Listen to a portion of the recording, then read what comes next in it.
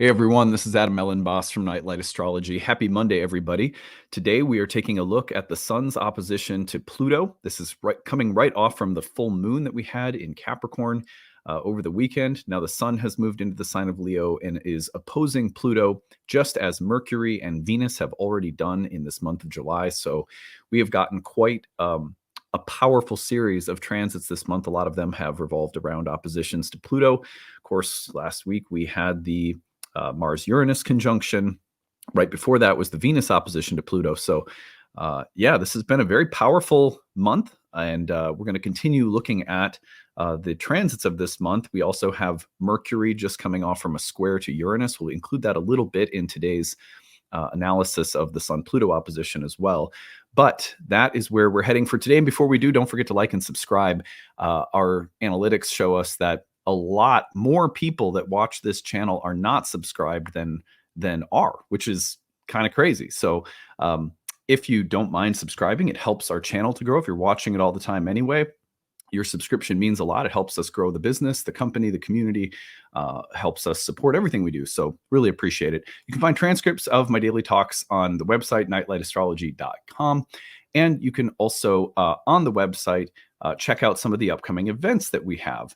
I want to take you over to Nightlight right now because a couple of things coming up. If you go to the live talks tab, you're going to see the next 3 talks have been posted. You can register for them. In August, on the 22nd, we'll be taking a look at the 8th house, the place of karmic debts, and trying to clarify what this house is all about from the standpoint of ancient astrology and the vast history of astrology. What is this 8th house really about, and why is it associated with karmic debts? We're going to talk about that.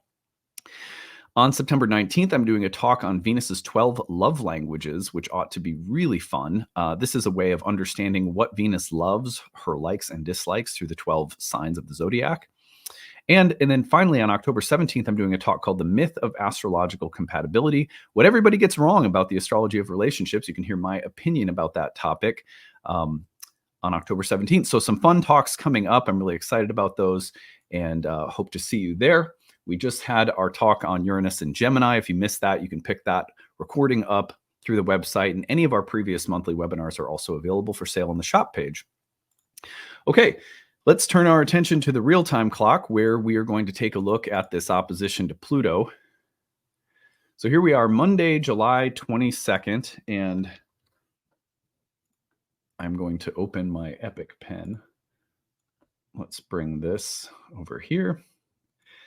So here you can see we have the sun opposite Pluto today, and that transit will perfect between today, July 22nd, Monday, and tomorrow, the 23rd. But if we give this about a 3-degree range of separation, this takes us through Thursday of this week, and you probably felt this building over the weekend with the full moon in Capricorn, which also conjoined Pluto. So if you've been feeling this since yesterday, the 21st, or even the 20th of July, that would be pretty normal.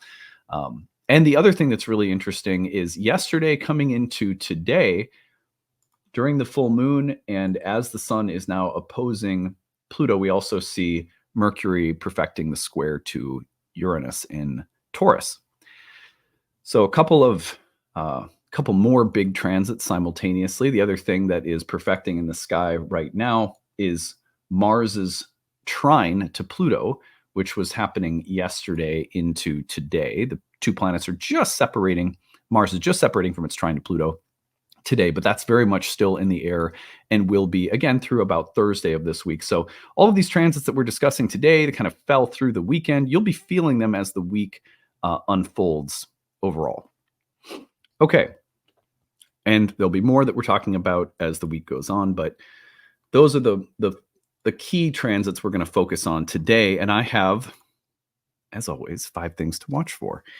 So we're going to talk today about what to watch for, especially given the sun's opposition to Pluto and a little bit of the Mercury square to Uranus that's still in the sky, especially that one because Mercury is in the sign of the sun and squaring Uranus. So 5 things to watch for. Number 1 is when it comes to the sun, one of the things that the sun is always cluing us into is how we seek light. I have glitter on my face. That's because I have 2 girls.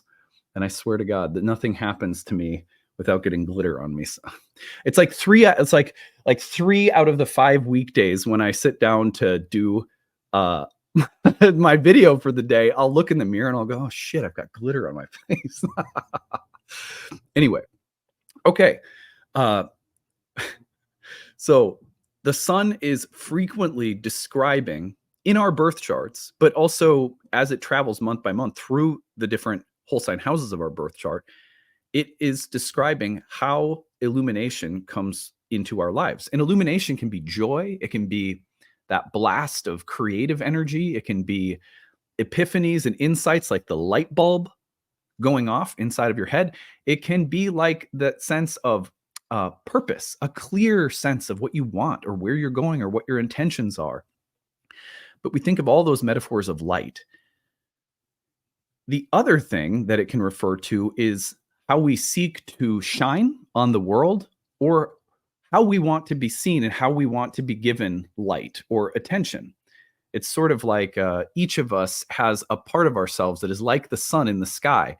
The only object during the day you can see in the sky is the sun, because it drowns out everything else. You can't see any stars, can't see any planets. Sometimes you can see the moon a little bit, but even then it's the light of the sun reflected off the moon. So the sun is this luminous object that says, look at me. So one of the things that happens when the sun opposes Pluto, and Pluto represents everything that's hidden, everything that's subterranean, that's unseen, that's unconscious, but that is a part of how and why things are happening. There are hidden forces behind everything. And this is what makes reality so ominous, which literally means of the nature of omens. It means that we look for signs and we appreciate them because we know, we have an instinctual level of knowing that life is guided not just by conscious agency and choices, but also by the mysterious laws of karma, the unconscious powers of the universe, the force of the gods. And we go, there are mysterious forces at work in the universe, and I know that they're there, and I know I can't fully understand how they are going to orchestrate things. I know I'm not in control of everything. And so we walk with like it's like a sacred sense of respect, a tinge of fear, but the good kind, like a sacred fear. And that's kind of like a respect for Pluto that we walk around this world with. We watch for signs. That's the reason signs mean anything to us, is because we know that we don't understand the way everything works and that there are mysterious hidden forces at play. So when the sun contacts Pluto through an opposition, everything we're consciously trying to do, right? The sun is so light and so clear, you can see it so visibly, comes into contact with all the powers and forces that are behind or within, are unconsciously related to our conscious choices and ambitions. And so we'll see on another level of this talk today, one of my 5 things has to do with that. But the reason I mention that now is because take that same idea and apply it to how or why we seek attention, fame, notoriety, because the sun is connected to that sense in each of us that we are special and unique, and the specialness or uniqueness of who we are needs to be seen and validated in the world. Now, for many of us, that's a hurtful place. Maybe we haven't received enough of that in our lifetimes, or for some of us, that's an egotistical place that's complicated. Maybe we struggle to be humble, or we're a little self-centered, and there's not one of us that probably doesn't deal with a little of that too. Regardless, what we need for attention, what we need for validation, why we seek it, how we seek it, where we find it, all of that is part of what's being revealed when the sun opposes Pluto. It's as though Pluto can say, here's some of the unconscious material or some of the hidden things related to how or why you seek attention. It's actually related to your childhood. It's actually related to your dad. It's actually related to insecurity that you never got over, and then you overcompensated by developing an ego in this particular way. It could be very psychological and biographical, but it's also about the unconscious motivations, who we want attention from and why. And it's also about how we can change that. Well, Pluto and the sun get together, and we can start to say, I'm realizing that I have sought attention in this particular way, and I don't need to. So anything and everything related to how or why we seek out the experience of being unique, of being validated for being unique. All of that goes through this powerful moment of revelation. It's like, oh, now I can see how this is working in my life at a deeper level. What's interesting is that the same exact combination can sometimes lead to a very powerful and unconscious force of fate, the forces of fate or destiny that sort of bring forth an even more powerful demonstration of validation. We can be affirmed in more powerful ways that come on suddenly that we aren't expecting. For example, transits of Pluto to the sun in the natal chart are often associated with the death and rebirth of the ego, but also of powerful moments of success and achievement.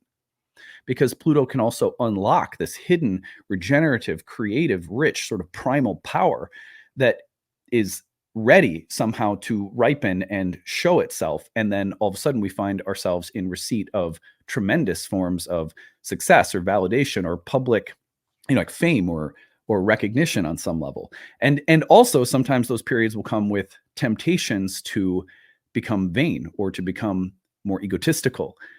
So we have to be like really in touch right now with the sort of the fragile relationship between needing to be validated, which is superhuman, and looking for sort of being like there's like a hungry ghost and an endless pit of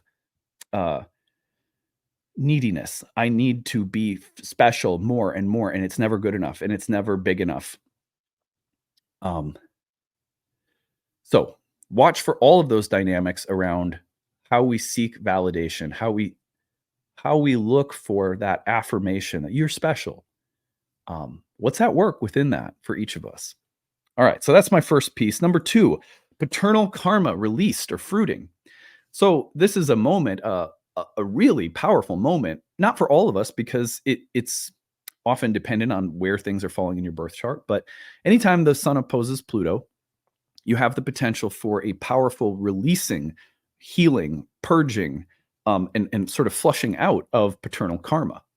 By that, I mean, whatever the gifts, or let's say in this case with the purging element or the cleansing, whatever the harms or hurts or baggage has been with respect to the paternal karma in your life, whether that's the presence of a difficult paternal figure or the lack of one, anything that's more difficult or complicated, where there's been some hurts or wounds with respect to the father figures in your life. And those could be metaphorical. They don't have to be literal.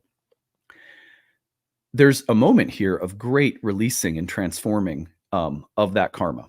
And then on the other hand, I say karmic fruiting because not all Pluto Sun oppositions involve bad or negative father figures.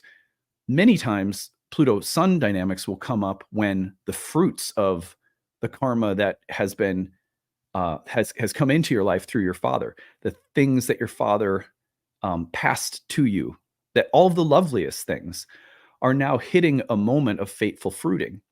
And remember, just like we said, sometimes the Sun Pluto dynamic will show up when someone is becoming famous or hitting like in a super eruption of success. Relatively speaking, that doesn't necessarily mean fame for everybody, but an eruption of creative success or validation or something like that. It's a very positive Pluto Sun dynamic. Similarly, Pluto Sun dynamics can come up when all of the best things that have somehow been passed on, that you've inherited, that you've carried, that you've developed, that you can thank your father for or a father figure for, will sort of show up. They'll fruit. It's like that fruit is appearing on the tree. I had some very powerful Pluto Sun dynamics happening, for example, in my life when I was becoming a dad, and really felt during that time a mix, right, of becoming a dad, starting to see, heal, release wounds from the father, also really realizing that some of the beautiful things that I've been given from my father. So it can be mixed too. It can be a little bit of both. So watch for the fruiting, releasing, healing, transforming of paternal karma. All right. How about the death and rebirth of solar figures? This is right now, obviously, in US politics.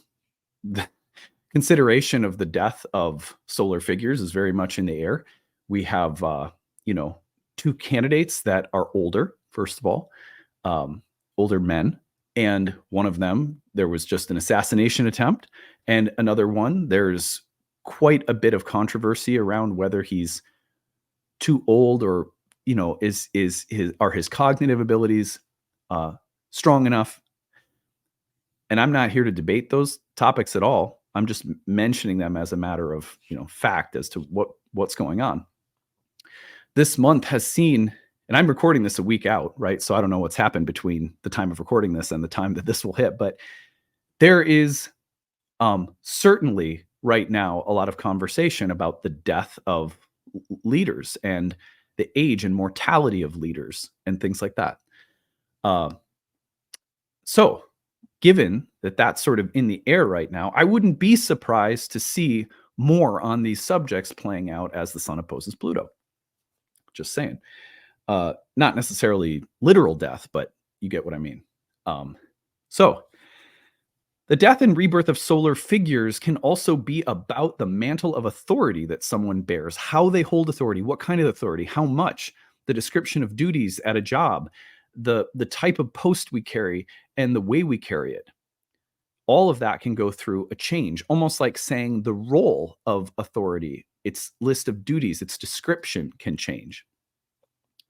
So watch for the transformation or death of solar figures or functions or positions or something like that. Number 4 is because the sun in all of our birth charts, generally speaking, is related to our sense of purpose. Just like the sun rises and lifts all the plants upward toward the sun, and we get up and we rise in the morning, the sun has this pull as a symbol on our lives too, where we say, I have a purpose, I have to get up, I have to rise and move like the arc of the sun through a story. This is something I've been talking about in my classes for a decade. And that development of storyline in our lives, that sense of ambition and purpose that the life takes on, like the plot line of a movie or the plot line of a novel or a play, that we often look for in the sun's position in the chart. Everything in the chart has the sense of containing a developmental arc, everything without exception. The story of marriage, the story of character, the story of religion, the story of career, anything and everything in astrology can be looked at developmentally. But the sun in particular is sort of the archetype of a developmental plot line. And so the sun's course over a lifetime is about the purpose and ambition, and not just one, but many, like a field archetypally that we work with and through. When the sun goes through an opposition to Pluto, it can be about the death and rebirth of our sense of purpose, or a clarification of purpose, or what has been inside of or beneath our sense of purpose or ambition. And therefore, we can deepen our intentions, we can clarify our purpose, or we can let it go if it's no longer our purpose, or we can modify or revise or transform our sense of purpose because of the healing insight that Pluto brings up and out of the hidden space. And then finally, transformative ideas lead to substantive changes on the level of ego and ambition. Remember that in the background, Mercury in Leo, the sun's sign, is squaring Uranus in Taurus. So when those two planets square one another, Mercury and Uranus, you have this conflagration of creative ideas, rebellious thinking, defiant, original, outside of the box inventiveness. And it is just like, also it can be very nervous and erratic, like mentally. And so when we put all that together, I think the potential is here right now for some breakthroughs in our thinking, in communication, for ideas or speech or information that appears suddenly and unexpectedly to also play a role in how we are shifting our sense of identity, how we're transforming our sense of purpose, how the paternal karma is shifting. Watch for Mercury Uranus, in other words, to play a role in its significations, especially electric, original, unexpected, inventive thinking, resistant to the status quo, seeking breakthroughs in original ideas. That energy is intimately tied to this kind of upheaval and transformation of purpose or ego or paternal karma and so forth.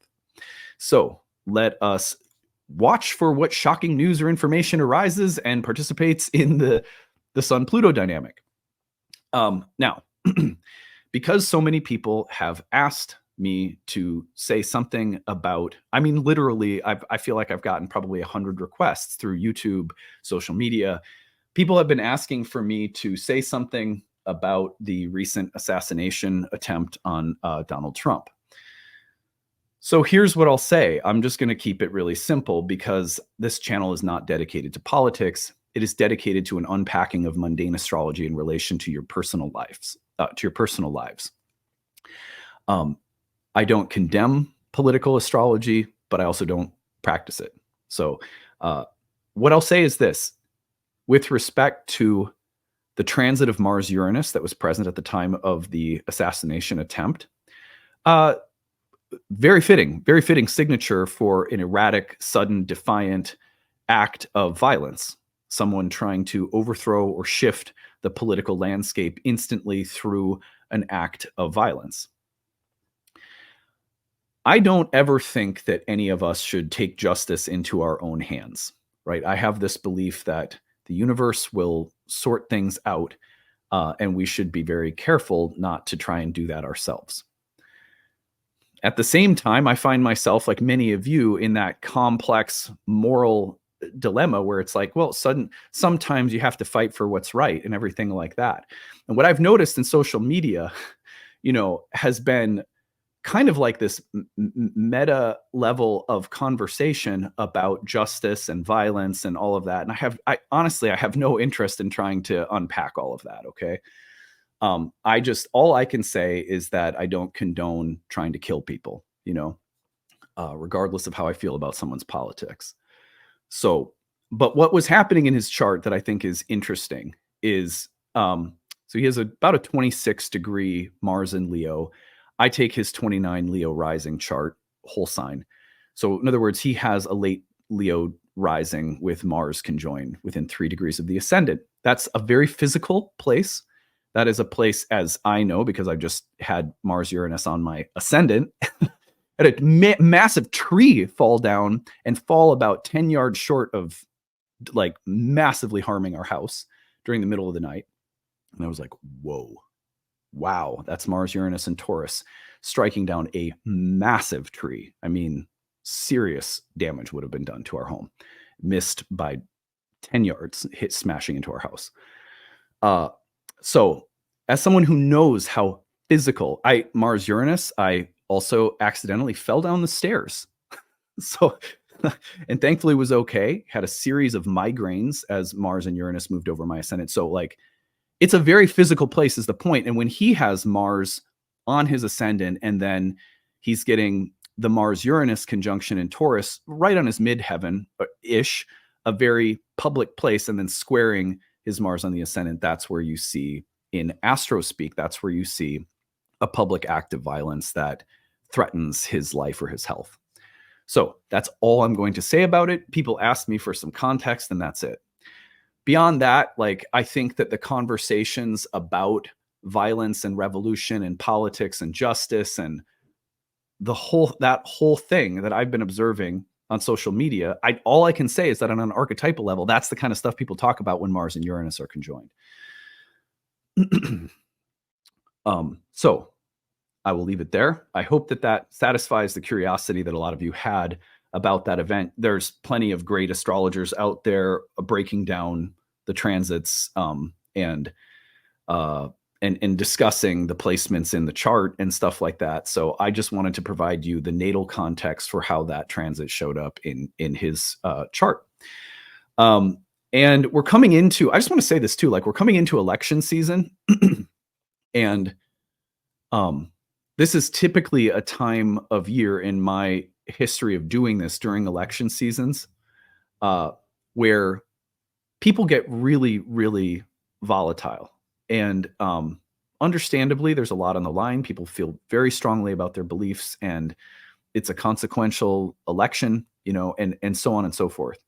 But my prayer and my ask for this audience is to respect each other's humanity and dignity, and to treat each other as, each of us would like to be treated. as someone who does not dedicate this channel to politics, one of the things that I'm going to be very careful about in the next 4 or 5 months as the election comes through in the United States is keeping, as one of my spiritual teachers said, at least for my channel, the main thing is to keep the main thing the main thing. And for me, the main thing is how can we, each of us individually using astrology, grow wiser, more compassionate, more patient, more peaceful, kinder? How can we grow in virtue? How can we grow in love? And the focus on this channel is in the belief that that's my contribution, and that if each of us grow a little bit more in our capacity to love, and to see the sacredness of the universe that we live in, and to trust that that that each of us are a divine part of the whole, that individual transformation can spread out and lead to positive things in other spaces in the world. That's my focus. And all I ask for is that people respect that and respect what this channel is dedicated to. And if you're looking for something more than that, to find it and to find the places that nourish you or feed your interests, and to not insist or force this channel, this audience, to be something that it isn't. It's not intended to be. So anyway, I just wanted to say that because after this recent event, I've also been getting a lot of emails that have been very coercive, just to be completely honest. Coercive meaning like, you better do this. You ought to talk about this. What's your problem? Why aren't you going to have a big public, a public unpacking of all of this? And it's like, please just respect that that's not my focus. I have a different focus. These are the gifts that I bring. I hope that they're good for you. And I can only be what I am, and I can only offer what really feels right to me to offer. So on that note, I hope you guys are doing okay today on this big Sun Pluto day, and that this talk helps you to personally identify and navigate the complexities and the beauty of life that's unfolding right now. All right, that's it. Hope you guys having a good one. Bye.